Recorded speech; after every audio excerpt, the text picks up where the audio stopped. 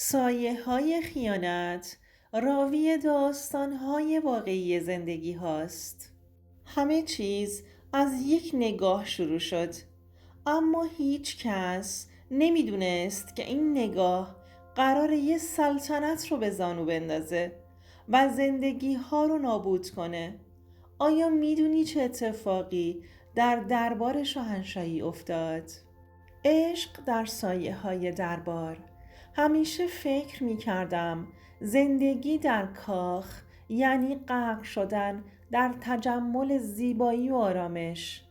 ولی حالا که گذشته رو مرور می کنم می بینم که هیچ چیز اونطور که از بیرون به نظر میاد نیست.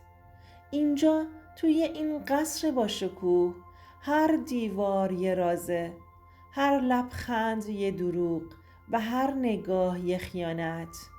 ندا هستم، زنی که روزی توی دربار محمد رضا شاه پهلوی نزدیکترین فرد به ملکه بود، اما یه عشق ممنوعه زندگیمو ویرون کرد. هنوزم گاهی شبها وقتی بیدار میشم حس میکنم صدای پوتین‌های نیما توی راهروهای کاخ میپیچه، با همون لحنی که اسممو صدا میزد توی گوشمه، همون دستی که یه شب برای آخرین بار توی دستم بود. و حالا اینجا نشستم پشت این پنجره توی یه کشور غریب و دارم داستانمو براتون تعریف میکنم.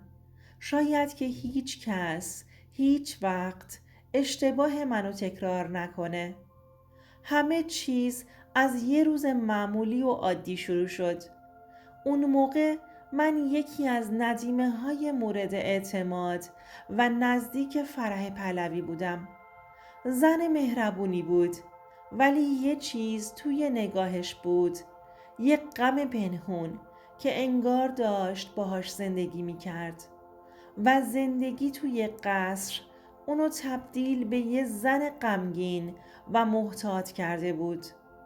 راستش هیچ زنی توی کاخ خوشحال نبود جز اونایی که به جایی رسیده بودند و همینطور واسه من که هنوز معلوم نبود کجای این بازی باشم. شاه همیشه غرق سیاست و زنان دیگه بود و فرح وانمود میکرد که نمیبینه. اون روز داشتم توی باغ قدم میزدم. فرح رفته بود دیدار خیریه. منم داشتم از هوای تازه لذت می بردم که چشمم به یه مرد افتاد. اون موقع نمیدونستم اسمش چیه. فقط یه افسر بود با یونیفرم اتو کشیده و یه کمربند چرمی که توی آفتاب برق میزد و اون چشماش نمیدونم چطور توصیفش کنم، مثل چشمای آدمایی بود که زیاد چیز دیدن، انگار یه رازی توش پنهون بود. اون روز فقط یه لحظه به هم نگاه کردیم و رد شد، اما اون لحظه یه چیز رو توی قلب من تغییر داد، یه چیزی که نمیشد جلوش رو گرفت. یه مدت گذشت. با تحقیقی که انجام دادم متوجه شدم که اسمش نیماست. سرگرد نیماراد، افسر گارد جاویدان، مردی قد بلند. چند باری توی مراسم ها دیدمش، ولی اون روز نگاهش به هم گره خورد. انگار یه چیز بینمون جرقه زد، یه چیزی که نباید. هر وقت نیما رو توی راهروهای کاخ، توی مهمونی ها، توی باغ می دیدم، اونم منو می دید. فقط یه لبخند محو می زد. ولی هیچ کدوم چیزی نمی گفتیم. اولش فکر می کردم یه خیال خامه، یه حماقت زودگذر. یه شب توی یه جشن توی کاخ نیاوران دیدمش. لباس رسمی پوشیده بود. کنار بقیه افسرها ایستاده بود. ولی یه جوری حواسش به من بود. منم با همون لباسهای تجملی و جواهراتی که پوشیده بودم فقط به اون نگاه می کردم. همون شب وقتی داشتم از مهمونی برمیگشتم، توی راهروی تاریک صدای پاشو شنیدم. یهو اسممو صدا زد. ندا. دلم لرزید. برگشتم. یه لحظه مکث کرد. انگار داشت با خودش می جنگید که بگه یا نگه. همونجا فهمیدم که این یه بازی نیست. گفت مراقب باش. اینجا هیچ چیزی از نگاه ها پنهون نمیمونه. و بعد بدون اینکه منتظر جوابم بشه رفت. میخواستم بگم اما بعضی خطرها ارزششو دارن. از اون شب همه چی عوض شد. عشق ما شروع شد. توی سایه ها، توی راهروهای خلوت، توی گوشه های کاخ، توی باغ، بین نجوای درباریان و صدای موسیقی های فرانسوی که توی قصر میپیچید نامه می نوشتیم و توی کتابخونه قایم می کردیم. یه بار وقتی از مهمونی برگشتیم دیدم توی جیب لباسم یه کاغذ کوچیکه.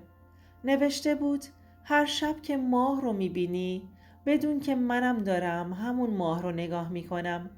و این شد زندگی من. عشق اما توی سایه ها. اما دربار جای عاشق شدن نبود. اگر چیزی که بین من و نیما بود فقط یه عشق ساده بود شاید میتونستیم نادیدش بگیریم.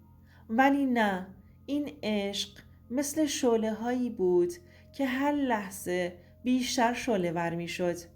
هر باری که چشمامون توی مهمونی ها به هم می افتاد، هر لمسی که تصادفی رخ می داد، هر نامه‌ای که مخفیانه بینمون رد و بدل می شد، ما رو به پرتگاه نزدیک تر می کرد.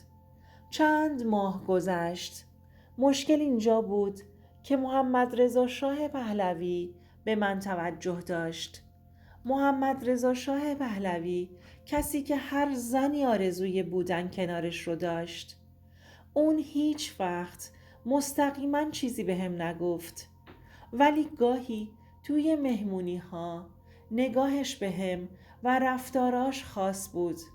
حتی تعریف هایی که از من جلوی ملکه می کرد نشون میداد من براش یه چیز معمولی نیستم. و نیما اینا رو فهمید. اینا چیزایی بود که نیما رو نگران می کرد. یه شب توی همون باغی که همیشه همو می دیدیم محکم مچ دستمو گرفت و گفت باید از اینجا بریم ندا، قبل از اینکه دیر بشه. میفهمی داری چی میگی؟ فرار از دربار یعنی مرگ، ولی موندن هم یعنی مرگ آرومتر. اون مصمم بود. گفت یه شب درست قبل از اینکه مراسم تاجگذاری یکی از شاهزاده ها برگزار بشه فرار میکنیم. ازم خواست که باهاش فرار کنم. میخواست از راهی مخفی که فقط افراد خاص ازش اطلاع داشتند منو از کاخ خارج کنه و مستقیما به سمت مرز ترکیه بریم. یه نفر که فکرش رو نمی کردیم همه چیز رو لو داد. لیلا، دختر یکی از مقامات دربار که همیشه به هم حسادت می کرد، اون نامه های ما رو خونده بود و پیدا کرده بود. همون نامه هایی که فکر می کردم امن‌ترین جا قایمشون کردم. یک روز وقتی داشتم از کنار راهروی کاخ رد می شدم شنیدم که با اشرف پهلوی خواهر شاه پچ پچ می کنه. ندا با یکی از افسرها رابطه داره، باید به شاه بگید. نفسم بند اومد. حالا دیگه فقط فرح نبود که باید نگرانش می بودم، بلکه خود شاه بود که اگر اینو میفهمید میتونست حکم مرگ نیما رو صادر کنه. اون شب درست وقتی که میخواستیم فرار کنیم کاخ به هم ریخت. وقتی ساعت قرارمون رسید نیما سر قرارمون نیومد. دستم یخ کرده بود. قلبم تند میزد. از پشت ستونهای کاخ دیدم که چند تا از افسرهای گارد نیما رو دوره کردند. یکیشون محکم توی صورتش زد. بعد بردنش. تا صبح توی اتاقم لرزیدم. خبری ازش نداشتم.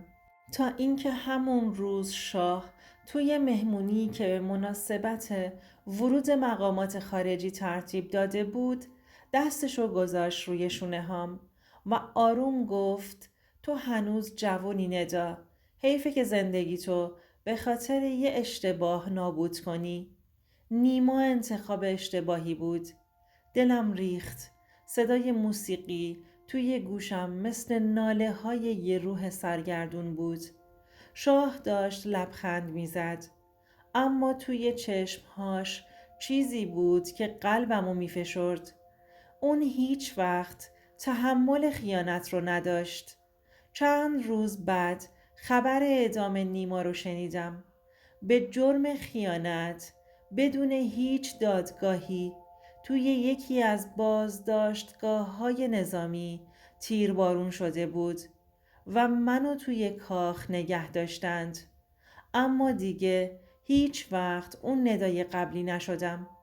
بعد از چند ماه فرح پیشنهاد داد که برای استراحت به فرانسه برم. میدونستم این یعنی تبعید.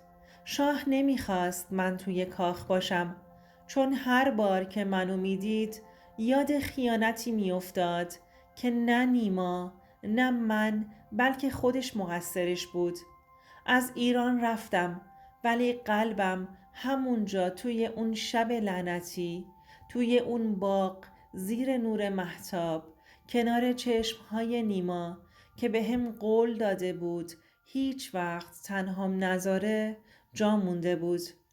حالا بعد از این همه سال وقتی عکس های قدیمی رو میبینم وقتی اسامی گذشته رو میشنوم فقط یه سوال توی ذهنم میچرخه. اگر اون شب چند دقیقه زودتر میرسیدم میتونستیم فرار کنیم. گاهی وقتها یه نگاه، یه انتخاب میتونه کل زندگی تو تغییر بده. عشق زیباترین چیز دنیاست. ولی وقتی با دروغ، خیانت یا سیاست قاطی بشه میشه یه زهر کشنده.